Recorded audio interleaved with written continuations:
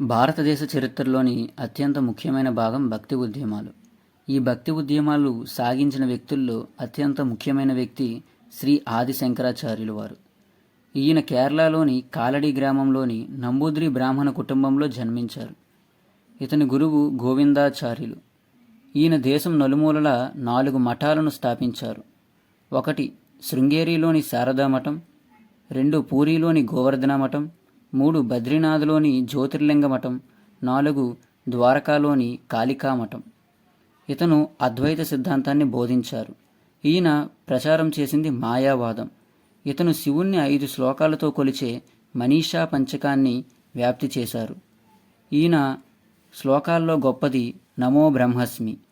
బ్రాహ్మణాలు, ఉపనిషత్తులు, భగవద్గీతపై వ్యాఖ్యానాలు రచించారు. ఇతని బిరుదులు ఆదిగురువు, జగద్గురువు, ప్రచ్ఛన్న బుద్ధుడు. ఈయన రచనలు భజగోవిందం, సౌందర్యలహరి, వివేక చూడమని. ఈయన కేదార్నాథ్ వద్ద మరణించారు. ఈ వీడియో మీకు నచ్చినట్లయితే లైక్ చేయండి. ఇలాంటి మరిన్ని వీడియోస్ కోసం ఇప్పుడే మన ఛానల్ సబ్స్క్రైబ్ చేయండి. మీ ఫ్రెండ్స్ అండ్ ఫ్యామిలీలో ఎవరైనా గవర్నమెంట్ జాబ్ ప్రిపేర్ అయినట్లుంటే వాళ్ళకి వీడియో షేర్ చేయండి. Thank you so much.